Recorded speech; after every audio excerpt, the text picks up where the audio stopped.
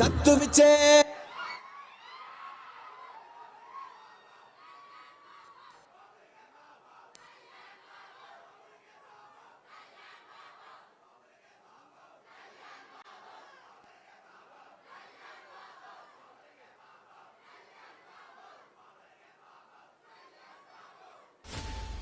పిడుగులకి ఏమాత్రం చలించ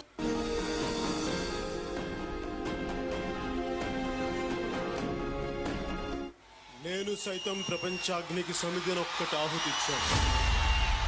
నేను సైతం విశ్వవృష్టికి అశ్రువునొకటి ధారపోశాను. నేను సైతం భువన ఘోషకు వెర్రి గొంతుక విచ్చిమ్రోశాను. భోగి, నేను సైతం త్యాగి, యోగి. పిడుగులకి ఏమాత్రం చలించకుండా పిడుగుల్లాగున్నారు ఇక్కడ. ఇదే మార్పుకి సంకేతం. పవన్ కళ్యాణ్ మాటలన్నీ మనకి తెలిసినవే అనిపిస్తుంది. దానికి సంసిద్ధులవ్వండి. ఆయన విసుగురాదు. మన వేదనను మనమే వింటున్నట్టుంటుంది. మన ఆవేశాన్ని మనమే చూస్తున్నట్టుంటుంది. మన చుట్టూ ఉన్న దుర్నీతిని మనమే తొలగిస్తున్నట్టు అనిపిస్తుంది. అతని మీద ఒక నమ్మకం హృదయం నుంచి ప్రవహిస్తున్నట్టుంటుంది. ప్రజల సుఖ దుఃఖాలను, కష్ట నష్టాలను అనుభూతి చెంది ఆవేశాలతో, ఉద్రేకాలతో వాటిని హృదయం నుంచి ప్రతిబింబింప చేయడం వల్లే పవన్ కళ్యాణ్ పవర్ కళ్యాణ్ అయ్యారు. నాయకులందరిలో విశిష్టంగా నిలుస్తున్నారు. పవన్ కళ్యాణ్ ఊరుకోవడం మా జన సైనికులు ఊరుకోవడం చెప్పడం ఒకసారి.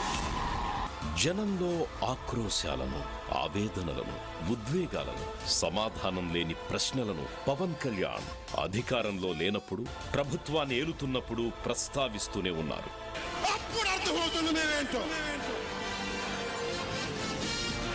ఈ ఐడెంటిటీ ముందు ఆయన ఉప ముఖ్యమంత్రి హోదా చాలా చిన్నది. పవన్ కళ్యాణ్ అనే నేను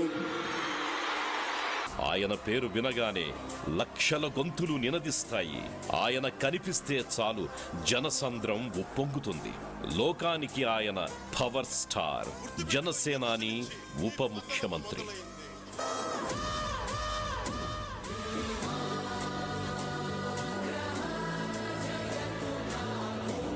కానీ ఆ కటౌట్ల వెనుక, ఆ నినాదాల చాటున ఒక నిశ్శబ్ద పోరాటముంది.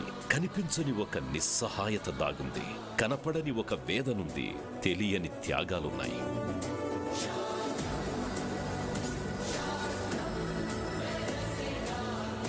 ఇది ఒక రాజకీయ నాయకుడి కథ కాదు. ఒక మనిషి మహామనిషిగా మారిన ప్రయాణం. ఒకప్పుడు ఆయన ఒక మామూలు కుర్రాడు. ప్రాణ సమానుడైన అన్నయ్య చిరంజీవిని కొందరు విమర్శిస్తుంటే ఎదురు తిరిగి మాట్లాడలేని, ఏమీ చెయ్యలేని అసహాయుడు. ఆ నిస్సహాయత ఆయన గుండెల్లో కసిని రగిల్చింది. నా వాళ్లను నేను కాపాడుకోవాలి అనే తపనతో మార్షల్ ఆర్ట్స్ నేర్చుకున్నారు. అన్నయ్య కోసం అప్పుడు పుట్టిన ఆ రక్షణ బాధ్యత నేడు లక్షలాది మంది నిస్సహాయుల కోసం జనసేనై భరోసాగా నిలబడింది. ఆయన ఒక దుర్మార్గం గుండెల్లో నేరుగా దిగబడడానికి 6 అడుగుల బుల్లెట్ అయ్యారు. మరొక సామర్థ్యం ముందు తనను తాను తగ్గించుకున్నారు. ఈ శక్తి సామర్థ్యాలు అన్ని విధాల పాతాళంలోకి కూరుకుపోతున్న రాష్ట్రాన్ని లేవనెత్తి నిలబెడుతున్నాయి. ఒక్క సినిమా చేస్తే సాటిలేని వైభవం